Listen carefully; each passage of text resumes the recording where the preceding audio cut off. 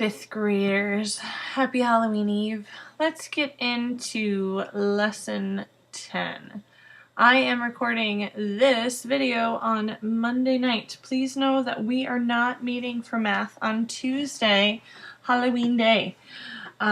We will all see each other again on Wednesday. We will do lesson 10 on Wednesday, but I figured a lot of you are going to be trick-or-treating tomorrow night, so I just wanted you to have the chance to get a head start. So we're in lesson 10. We're getting into topic B now in module 2. The target, our goal in lesson 10 is to multiply decimal fractions with tenths to multi-digit whole numbers. So we are going to take the leap from doing this multi-digit multiplication, and we're going to throw in some decimals here. But don't be scared. It's not how I trained you. Oh, that's kind of funny that happens. So let's zoom in here. We're going to look at the homework. We'll work on problem set in class, but I just wanted to give you guys a couple of ideas of what this is going to look like in class again on Wednesday. So first, let's go ahead and estimate the product, solve using an area model, and then we're going to use the standard algorithm. So let's think about 53 times 1.2. 53 is pretty close to 50. Wow, doesn't this pen work so well? 1.2 is pretty close to 1. 50 times 1 is 50. So our estimate, remember, we're going to use this estimate to guide our final standard algorithm. So now let's do the traditional algorithm. Yes, 1.2 is not showing up in decimal form. This is unit form, but just kind of hang with me and it's going to make a little bit more sense in a second. So let's just do our multiplication. You guys are champs at this by now. We've been doing so much multiplying. 3 times 2 is 6, 3 times 1 is 3. And then that's our first partial product. Let's go in the second row and start multiplying. 5 times 2, no, it's 50 times 2 is, 50 times 2 is, I'm trying to be very careful with my pen. 5 times 2 is 10, that means 50 times 2 is 100. Now 5 times 1 is 5, plus 1 is 6. Okay, so we have our two partial products. Let's go ahead and add those up. We have 6, we have a 3, and we have a 6. So this is 636 tenths. 636 tenths. I think some of you are filing back to that place value chart that lives in your brain and in your heart. I'm just going to make a quick one up here so we can make some sense out of that 636 tenths. We're going to put our decimal place here. We're going to have tenths, we're going to have ones, and we're going to have tens. As I get more practice with this, my handwriting will become neater. So let's go ahead and put 636 tenths on the place value chart. You guys know that we can only put one digit per place value. So if we were going to put 636 on our place value chart, that would look like 663, that's supposed to be an equal sign, 0.6. Okay, so let's use that guide. Let's go over and make a quick area model. You guys have had tons of practice with these area models. I know some of you have mixed feelings about it. That is totally okay either way, no matter how you're feeling. But let's just take a look at what this looks like on an area model. We're going to decompose 53 to 50 and 3. We're going to tear it apart by its place value, and then we're actually going to label the top as 12 tenths. And let's see if we can make a connection with our area model and our standard algorithm over here. Okay, so 3 copies of 12 tenths is 36 tenths. Okay. Look, 3, we have the same thing over here. Beautiful. Okay, so now let's figure out 50 copies of 12 tenths. Well, 5 copies of 12 is 60. 500 copies of 12 is 600 tenths. And coincidence?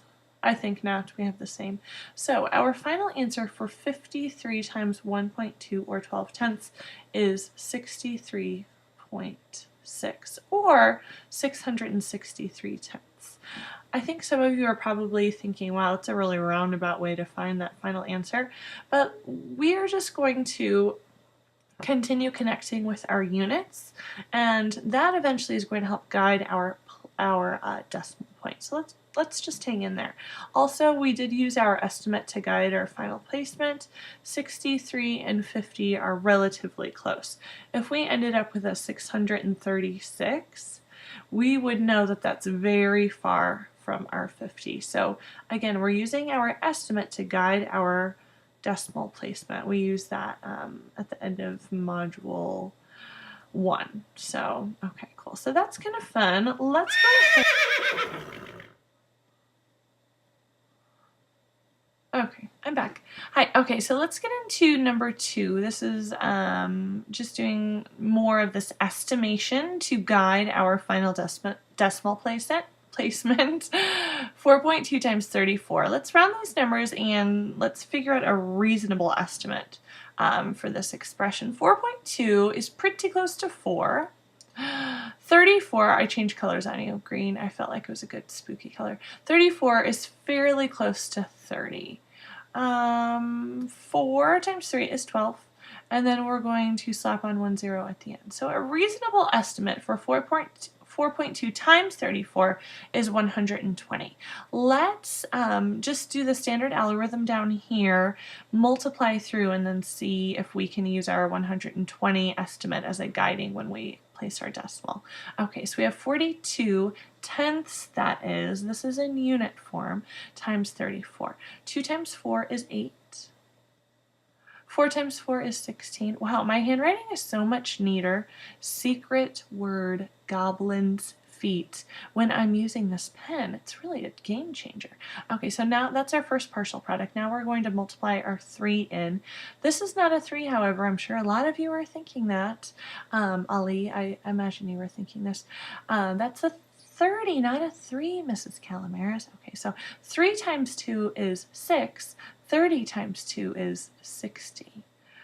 And now we need to do 3 times 4, which is 12. We have 2 partial products. Let's go ahead and add those 2 numbers together. We have 8, we have 12, we have 4, and we have 1. So this is 1428, 1,428 tenths. Okay, so we haven't placed our decimal yet. 1,428 tenths is very far away from 120. I'm sorry, I meant to say 1,428 is very far from 120. However, we haven't placed our decimal yet. Let's go ahead and make a quick place value chart, which I know lives in Chloe's heart and Claire's heart, and who else? Who else has a place value chart in their heart? I bet Madison has one in her heart. She loves place value charts just like me. And let's try to figure out where that decimal goes. So the number is 1,428 tenths.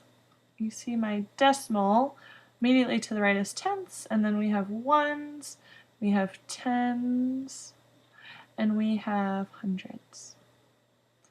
Okay, so I have 1, 4, 2, 8. 1,428 tenths in standard form is 142.8. Is 142.8 fairly close to 120? Yep. So I think we're in good shape there. Do you see how we're renaming whatever our decimal is in unit form, and we're thinking about its place value, and we're using our place value chart to guide our final decimal placement. Let's go ahead and look at one more word problem. I'm going to stop. Let's look at one word problem before our time is up. This is still on the homework Wednesday when we are in lesson 10. We are going to be working in the problem set. Let's look at number 3. Mr. Jansen is building an ice rink in his backyard that will measure 8.4 meters by 22 meters. What is the area of the rink? We are going to invoke our really wonderful strategy that we use for word problems, RDW, read, draw, write. So I read the problem. Great job, Mr. Calmaris. Now let's draw some sort of visual that represents information given to us in this problem. So the ice rink, we're going to say it's rectangular. It's 8.4 meters by 22 meters. I think your wheels are already turning. You know what's going to happen next. We're looking for the area of the rink. How many of you are wishing that you had an ice rink in your backyard? I think that would be pretty amazing if it were cold enough, that is. We're looking for how much space is inside that ice rink. We are going to multiply 8.4 times 22. But let's go ahead and use these strategies that we were beginning to learn. I won't say sort of learn. We're starting to learn in lesson 10. We're going to have more practice with these on Wednesday. And let's rename 8.4 as 84 tenths. And then let's go ahead and place our decimal at the end of this adventure in problem number 3. Because I know you guys are champs at this multi-digit multiplication, especially when it's two digits. So let's go for it. 2 times 4, 8. Thank you. Who was that? Kyle? Thank you. 2 times 8, 16. Thank you. Was that Alex? Now let's go to our second row. This is not a 2, Mrs. Calamaris. It's a 20. I know, you guys. 2 times 4 is 8, but 20 times 4 is 80. Very good, Fiona. Thank you. 2 times 8 is 16. Okay, so we have 2 partial products. We are going to add them together. We get 8. We have 14. We have 8. And we have 1. So we have 1,848 tenths. I'm not going to draw another place value chart right now because I know you all have a place value chart that lives in your hearts. 1,848 tenths is 184.8. Let's just check this answer. So if we're not going to put a decimal and unit form. Let's check this answer, 184.8, with an estimate. 8.4 is fairly close to 8. 22 is fairly close to 20, so let's see what a fair estimate for this would be. 8 times 2 is 16, but 8 times 20 is 160. Are 160 and 184 fairly close together? Yep. I'm going to go ahead and say that 184.8 meters squared is a fair estimate. Okay, guys, I will see you in class tomorrow. Ain't nothing like the real thing.